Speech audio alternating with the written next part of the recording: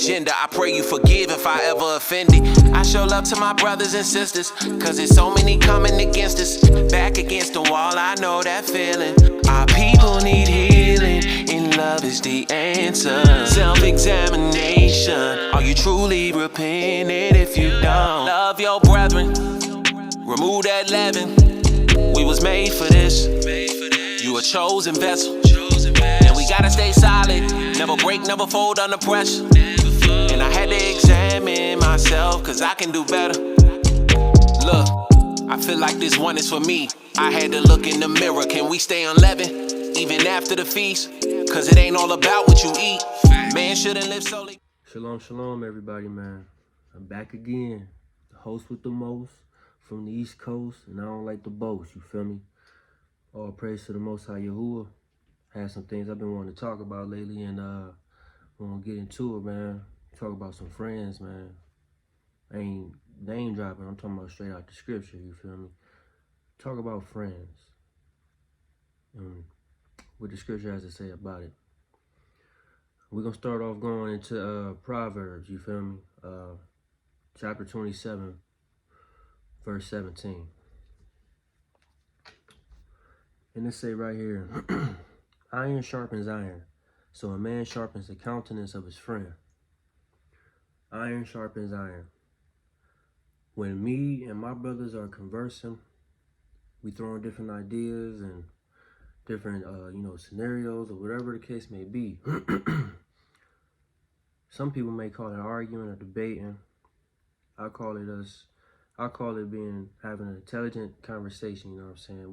We sharpening each other's knowledge, wisdom, and understanding on subjects and getting us hip or, just coming into something that we just discovered, Iron sharpens iron. If I see you in the wrong, I'm going to tell you. If you see me in the wrong, tell me. That way I can be edified. I can be showed what to do if I don't know what to do. You know what I'm saying? Iron sharpens iron. We're supposed to criticize each other in a good way.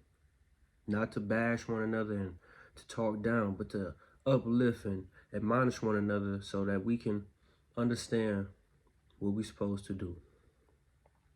So yes, friends are supposed to sharpen each other. Iron sharpens iron, baby. Let's go on over though, because we're going to be in Sirach probably like 5-6 chapters, you feel me? It's going to get thick in Sirach, I promise that. I can't wait. Let's go ahead and get into it. I'm reading out the Sefer, alright? So, sorry if it doesn't sound exactly like the King James or NIV or whichever Bible that you prescribe to. I'll read them all. Let's go to the book of Sirach, chapter 6. We're gonna start at verse 6 and read down to verse 17. Now pay attention, y'all, because Sirach say a lot, man. This right here is just the tip of the iceberg, man. So it say, be in peace with many. Nevertheless, have but one counselor of 1,000. If you would get a friend, prove him first and be not hasty to credit him. For some man is a friend of his own occasion and will not abide in the day of your trouble. And there is a friend who is being turned to enmity, and strife will discover your reproach. Again, some friend is a companion at the table and will not continue in the day of your affliction. I'm going to just stop right there. I'm going to just try to sum this up right here. Verse 6 said, be at peace with many people, It says it throughout the Bible. Be at peace with people, man. Don't be out here trying to cause problems or be at odds with people. As humanly possible as you can muster, be at peace with people.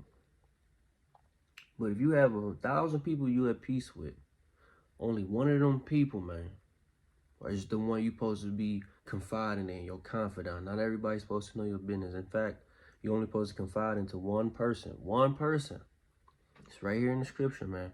Not all your friends need to know everything that's going on. But you gotta know who you should be able to talk to. You know what I'm saying? You gotta figure that out for yourself. It say, if you would get a friend, prove him first, and be not hasty to credit him. That's exactly what I was about to go into. You get you a friend, prove that that person is a friend. Test that person. See what they motives is, their mentality, they goals. You know what I'm saying? See what it is to these people that want to be around you and claim to be friends, brothers and sisters. You know, best friends. Figure out what they own. See if they're a true friend. And if they showing that they are trustworthy, that they are a true friend, don't take all day to give them credit. You may applaud that, because nowadays you can't find authentic people to be friends with. So if you do get a real friend, don't be hasty to credit them. You know, give them their flowers. In other words, it says, for some man is a friend of his own occasion and will not abide in the day of your trouble. You got guys that's gonna hang around and they gonna be there while it's good, but when the good get gone, they with it. They gone too. They'll be around for their own occasion. They got a motive to be around you. That's why I say in the verse right before this one, test every friend, because everybody has some. Most people 9 times out of 10 has a motive, bro.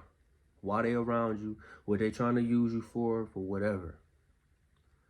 So you gotta watch out for them folks. They around you for a reason. When they can't go no further with you, or they done reach their goal with you, they gone. You know what I'm saying? They're not gonna be there for you when you going through and you ain't got nothing no more. And it says in verse 9, and there is a friend who being turned to enmity and strife will discover your reproach. So say if you do have a close friend or a group of close friends and you not with around them no more, they could start bringing up stuff that'll come against you. They know your secrets. They know the stuff that you done told them. You know, they can bring that stuff up, and it'll basically be like exposing you. Whatever you have confided into these people. That's why you have to have one counselor out of 1,000 people. You got to test that person to make sure that they worthy, can be trusted, even if y'all fall off. Because if they can't be trusted when y'all fall off, they was never a friend from the jump. It was just a snake waiting there to bite you, man. And it says right here in verse 10, again, some friend is a companion at the table and will not continue in the day of your affliction. So you got a lot of niggas that sit at the table with you, that eat with you, you know, hang out with you, be all around. But when you going through and you need a pick-me-up, you need some help, they ain't nowhere to be found. They busy. They got their own life to tend to now. Gotta watch out for folks, man. They'll use you. Scripture just said it, man. Let's keep reading, man. Verse 11. But in your prosperity, he will be as yourself, and will be bold over your servants. If you be brought low, he will be against you, and will hide himself from your face. Separate yourself from your enemies, and take heed of your friends. A faithful friend is a strong defense, and he that has found such one has found a treasure. Nothing countervails a faithful friend, and his excellency is invaluable. A faithful friend is the medicine of life, and they that fear Yahuwah shall find him. Whoso fears Yahuwah shall direct his friendship aright, for as he is, so shall his neighbor be also. Now, I pray that y'all was listening to that part too. Verse 11 say, in your prosperity, he's going to be like you and be bold over your servants. So, mind you, I was just saying, when you up and you got an entourage with you, they feel like they just as important or just like you. They feel like they in the same position as you. They trying to play like how you is. So, for example, like if I'm up and I got my crew with me and I got some people that work for me, they gonna be trying to boss them around as if they hired them people, that they paid them people, write the checks for them, you know what I'm saying? They're gonna be thinking of themselves as that. That's just a small example. But obviously it goes wider than that. They're gonna be trying to make themselves one with you. But when you done and that ain't happening no more, you ain't up no more, you ain't been brought low, well, he gonna be against you. As the scripture say, he gonna be against you and will hide himself from your face. He ain't gonna be found. You can't find this nigga. You don't know where he at. He supposed to be your homie, your dog, your partner, and that nigga is nowhere to be found.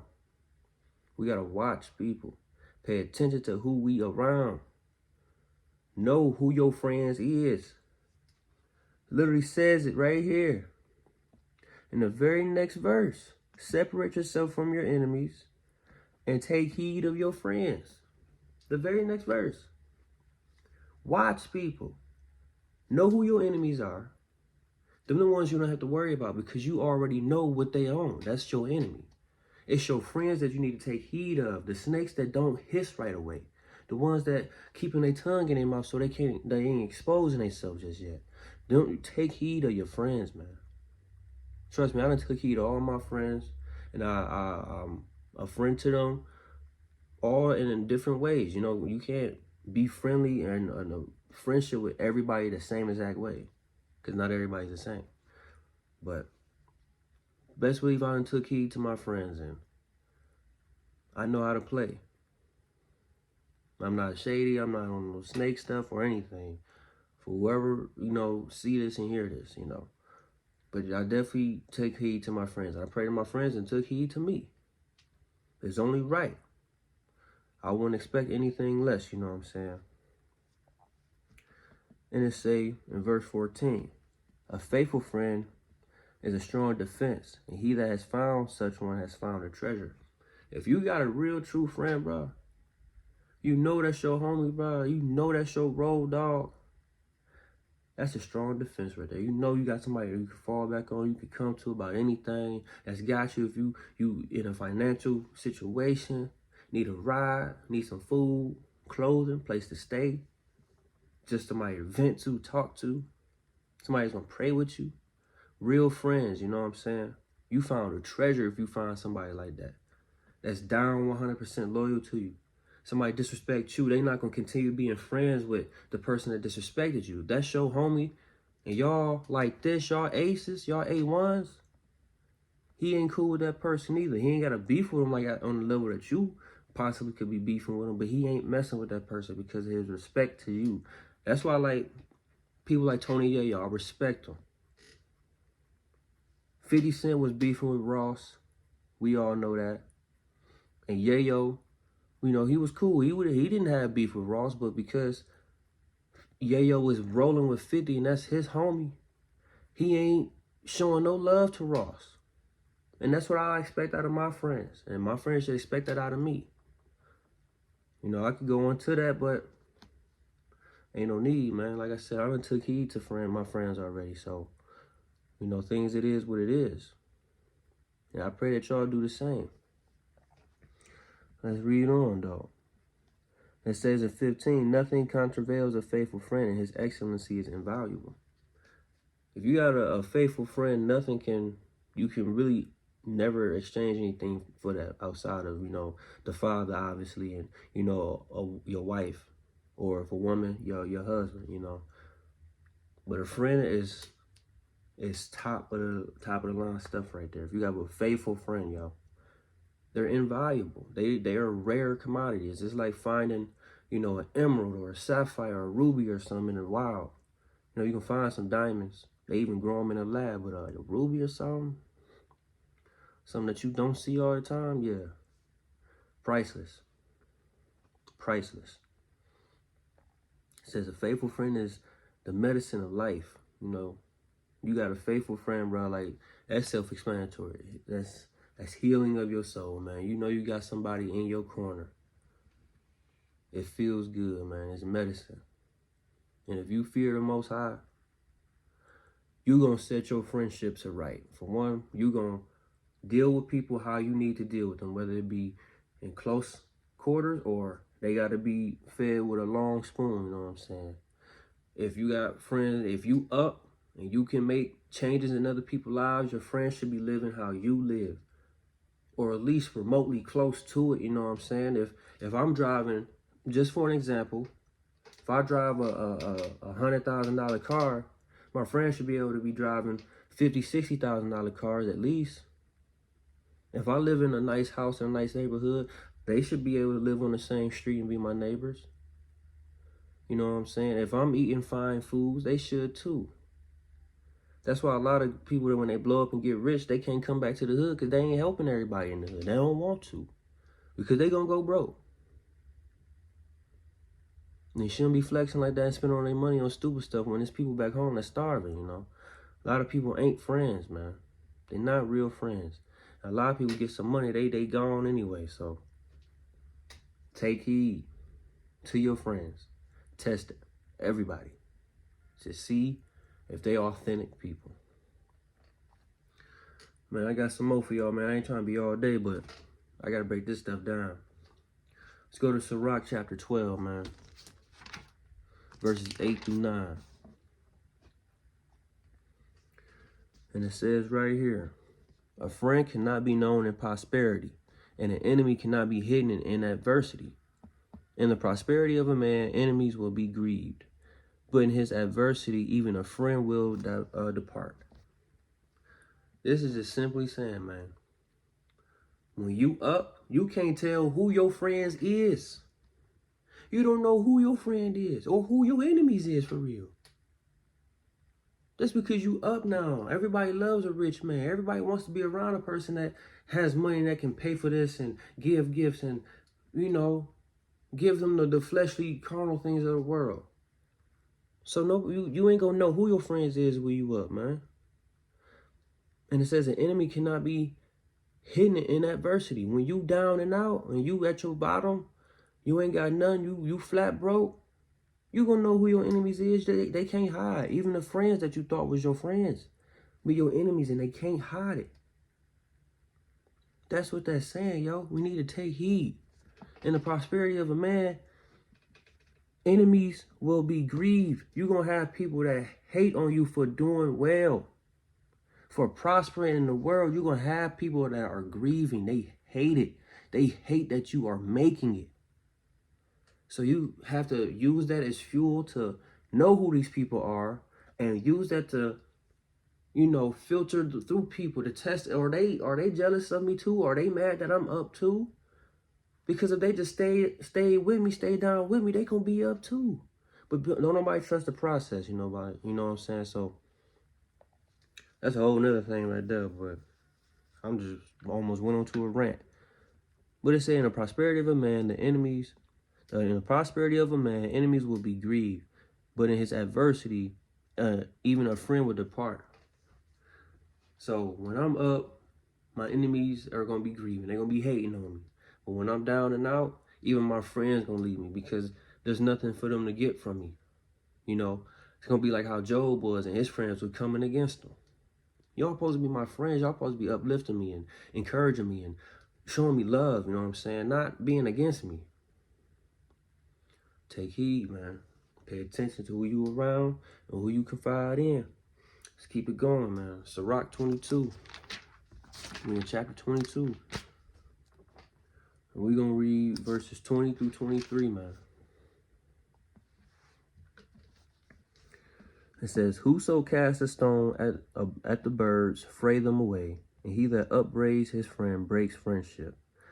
Though you drew a sword at your friend, yet despair not, for there may be a returning to favor.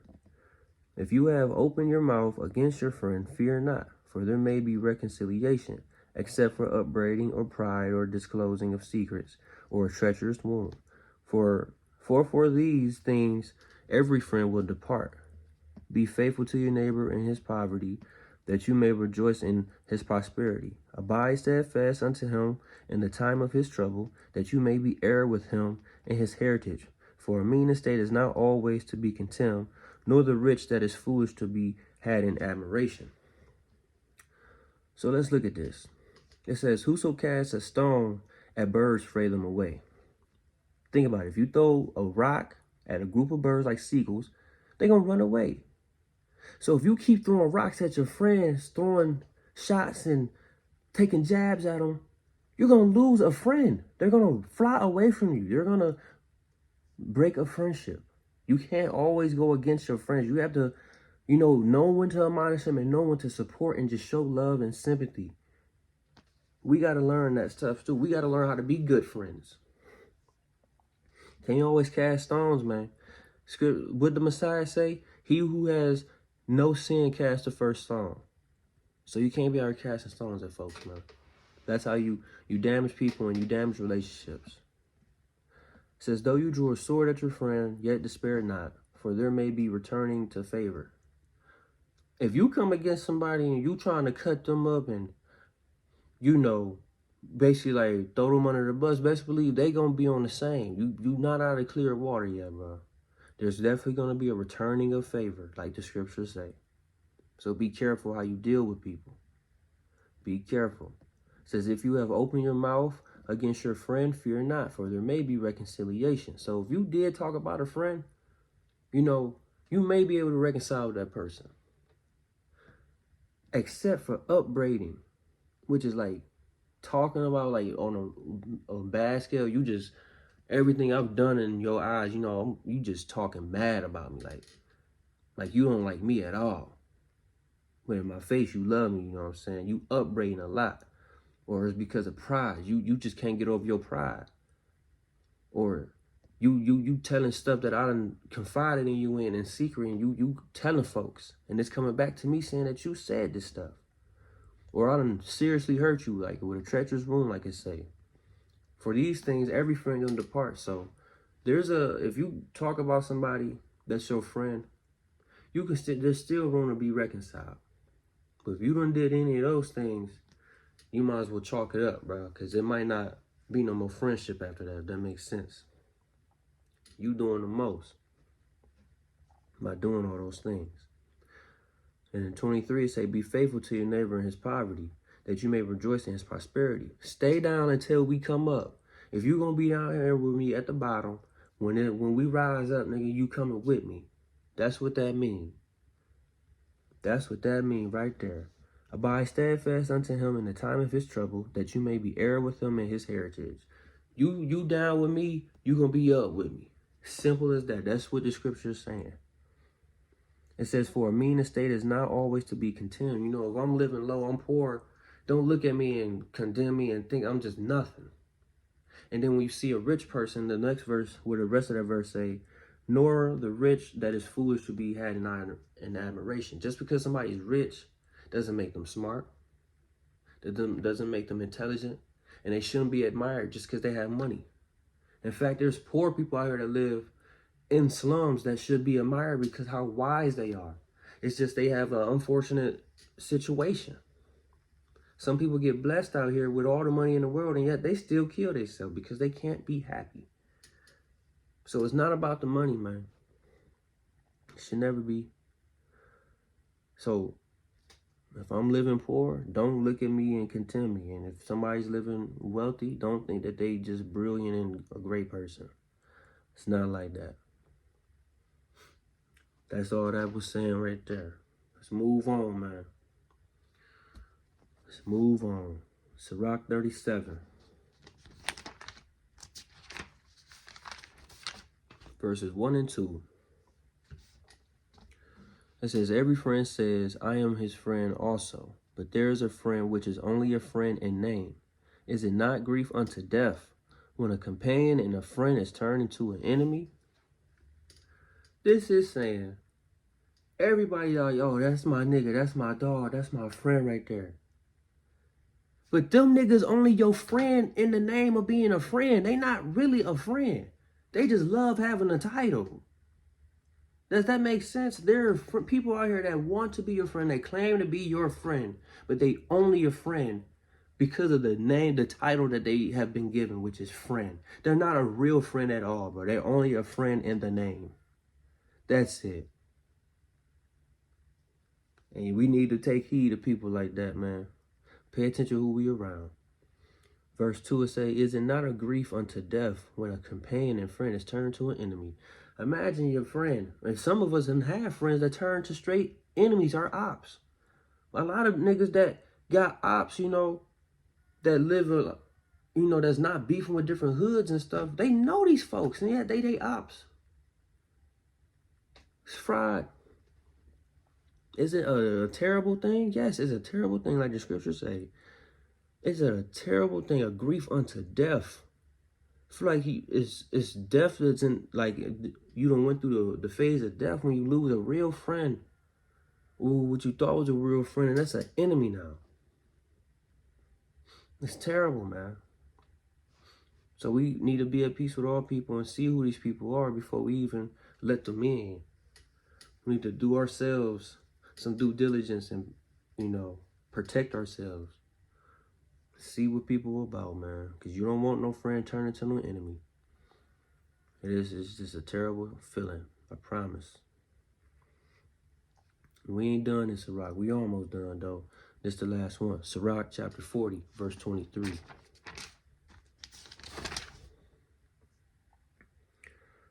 It says, a friend and a companion never meet amiss, but above both is a woman with her man. You got your homeboys, you know what I'm saying? Your ride or die brothers. It's a beautiful thing. It's a great thing. We need to have companionship. We need to have friendship. We need to have strong bonds and friendships because it's a defense. It's a great thing to have. But you know what's better than that? Like the scriptures say, a woman with her man. A lot of niggas out here want to hang out with their friends more than they woman. When being with your woman is greater than being with all them niggas. Something weird about it when you got a woman or a wife at home that love you and you claim to love her, you need to be with her more than you is with these niggas out here because she is going to keep you out of trouble. She is going to protect you on a different level that your dudes can't. Your dudes will help you get out of trouble. Your wife is going to help you, prevent you from even getting into trouble. I pray that we take heed and listen to that, man. It was right here, I'm sorry. Verse 23. A friend and a companion never meet amiss, bro. Like, you have a friend and a companion, it never can go wrong. The only thing that was above that is a woman with her man. Man with his woman. You got that. That's a combo that is topping a lot of pretty much everything, you know what I'm saying? So, fellas, you got a woman at home? Hang out with your woman. Let that be the one out of the 1,000 people you know that you confide in. Let that be your friend and companion. Let that friendship grow so much that you you confide into her about everything. Well, most of everything. Scriptures say you're not supposed to tell everything to everybody. We could get into that, but let that one that you do confide in out of 1,000 people be your woman if you got one. And if not, take heed of your friends so you know who you can confide in. Let's go on to the book of Micah, man. The book of Micah. Ooh, wee. Sorry. I ain't trying to take too long. Or it look like I don't know what I'm doing. The book of Micah, chapter 7, verse 5. Says, trust ye not in a friend. Put ye not confidence in a guide. Guard the doors of your mouth from her that lies in your bosom. So, remember you supposed to only have one confident, like one friend that you can confide in out of 1,000 folks. But even then, don't put your trust in a human being, even if it's your best friend, a true friend, because they're still a human. They can still fail. You put your trust in the Father in heaven. Put it in his Son that's in heaven, the one that died for us. Don't put your trust in a friend. Don't put your confidence in a guide, somebody that is on earth that can lead you. No, put your confidence in the Father that is really the guide, that really can lead you and will lead you if you allow him. It says, guard the doors of your mouth from her that lies in your bosom. Remember I just said it. You're not supposed to tell your woman everything, but you tell her most of everything. You say it right here. Guard the doors of your mouth from her that lies in your bosom. My wife lies in my bosom. That's my wife. She's here. I can't tell her every single thing. I have to guard the doors of my mouth. So I have to allow things to go through. I'm just not letting everything just free flow. I'm choosing what I need to say. picking my words right to either get my point across, or some things you go tell one of your best friend. You know what I'm saying? But that's what that's saying there, and I told you we're gonna touch on it. You're not supposed to tell everything to everybody. Don't put your trust in people. You can trust them, but trust them in the way that you know that they're gonna do what they're gonna do. If you know how this person is, then trust that they're gonna do that. That's how you're supposed to trust people. If people are showing themselves trustworthy on higher levels, then give them that amount of trust. You trust a person as much as they're showing you that you need to be trusted. What is it? I trust somebody as far as I can throw them. That's a measurement. Oh, you my homie for real? I can trust you a lot. If you kind of shaky, I'm going to trust you a little bit. Trust them to do what they going to do. Let's go over to the book of Matthew, man. Come on. We almost done. Stay with me. Stay with me. The book of Matthew. Chapter 12.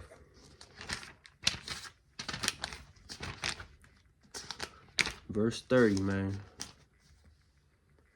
And it say right here, he that is not with me is against me, and he that gathers not with me scatters abroad. That's the Messiah. The Messiah said, if you not with me, you against me. That's how we know, for one, he black, because that's a black term. That's a nigga term right there. If you're not with me, you against me. And I feel like that too. If you're not on my side, if you're not rocking with me, you're not loyal to me, you don't mess with me or anything, you against me. We ain't even gotta be enemies. We ain't even gotta ever talk. I don't even have to ever meet you. And the fact that we've never met means that you are not on my side, which by default, that you're against me. Until we meet and see if we can meet eye to eye. That's why it's called BP. That's why in the scripture we read, be at peace with many. Be at peace with many people. Because I need people to be on my side. I need people to be able to help me. Even if we just say what's up all the time. If some go crazy, they might be willing to assist. Be at peace with folks. That way they won't be against you. That's all. I'm not trying to be against nobody. I try to be cool with everybody. Not trying to be friends with everybody, but I'll be trying to be cool with everybody. Just keep things cool. I ain't know nothing. I don't want no trouble. Not looking for it. I don't need it. And don't nobody else need no trouble either. So, if you're not with me, you're against me. If you with me, you with me. Simple as that. And if you don't gather with me, you scattering. If you're not helping, like it's an example like how we use today. If you're not getting money with me, you in the way. That's a worldly way, but that's a way that I can get y'all to see on the quick side.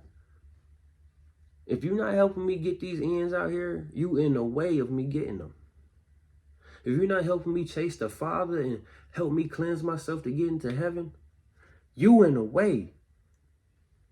If I'm out here being a father and a husband, doing the best I can to provide, and all you want to do is go mess with the hoes and not be in the house but be in the streets, you in the way. If you're not with me, you against me. And it's okay if you not with me. That doesn't mean that we're to be enemies. It just means that you're against what I'm trying to do. And that's why we can't hang out. If our paths meet again, we can link up, talk, shoot the woo-wop, whatever. But in the meantime, take your journey, go your way. I'm going to take my journey and go my way. No hard feelings. Take heed of your friends. Take heed of those around you. If you're not with me, you're against me. Simple as that. Straight out the scripture, man. Let's go to the book of James, man. We almost done.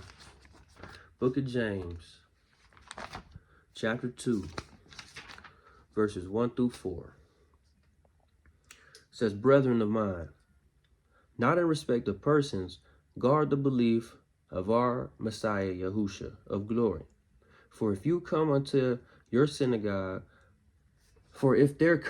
synagogue a man with a gold ring and goodly apparel, and there come in also a poor man in vile raiment, and ye have respect to him that wears the fine clothing, and say unto him, sit here in a good place, and say to the poor, stand there, or sit here by my footstool, Are ye not then partial in yourselves? And are you become judges of evil thoughts? The reason why I brought this one up is because I recently lost a friend, and it hit me really hard, you know what I'm saying? Her and her son passed. RP to both of them. Love them. And, you know, I pray that I will give them peace and forgiveness. Lost them. I got all these so-called friends and people that tell me all the time, if you need something, you know, you can talk to me. I put this out there to the public that I lost a friend. 200 people saw it on one social media alone. Now, one of them hit me up and asked me if I was okay, if what happened, anything. Nobody, friends or family, y'all. And they seen this. But the very next day, literally the very next day, the Migos rapper, Takeoff, got killed. Now, these same friends that seen my post the very day before, about my friend dying, they want to inbox me and send me stuff about this man dying. You know, RP to him, his death was tragic for sure. But it's silly, like, yo, y'all send me stuff about this man's death and want me to be in hoopla and, you know, despair about it, like in shock. But I just lost a friend that I actually knew the day before. Nobody batted an eye or even cared enough. It's like, it's because she wasn't rich or famous. Was her death any insignificant than his? This scripture right here, the reason why I brought it up is because that describes a lot of people. People die in the city all the time, especially Cleveland. Nobody's reaching out to these families to see if they're okay, just sending them prayers. They just typing it on the keyboard and keep scrolling. Friends not even reaching out to people that are losing friends. Even if you didn't know the person that got killed or died, your friend know that person. And your friend is affected by this person's passing. Why are you not reaching out to this person? You have no clue who know this person that's rich and famous. You don't know that person. You probably never will. But you want to inbox me and create conversation over him? No, man, that's not real. That's not true shit. That's not real shit at all. I don't respect that from nobody. Family or friends, y'all. If you my friend, check on me. When I see friends going through tragics, I hit them up. Even if we haven't spoken in a while, I hit you up to see if you okay. To make sure you good or you straight. Do you want me to pull up? Whatever. Nobody reached out to me at all. They want to send me reels and all this other shit about stuff that don't even matter. Somebody lost their life and I'm affected. You my family, you my friend. You don't care, but you want to tell me that this man died that's famous. I don't care, bro. No disrespect to his death, but I don't care, bro. I lost somebody that I actually knew. Y'all lost somebody that y'all listen to over the damn phone. Watch on YouTube. Y'all don't know this man, his family, cousins, nothing. But y'all show more love and respect for that person versus a person that's in your city dying. It's crazy as hell. That's why I brought this verse out, man. Y'all showing too much respect to the person that's in the goodly apparel, that got the gold rings on and the chains on. You know, you gonna tell that person sit in this nice goodly spot, VIP section. This poor man that come from a suburb that work a 9 to 5. Oh, nigga, you can go sit over there in the booth. Or the tables and chairs in the corner where people smoke at. That's how people treat us out here.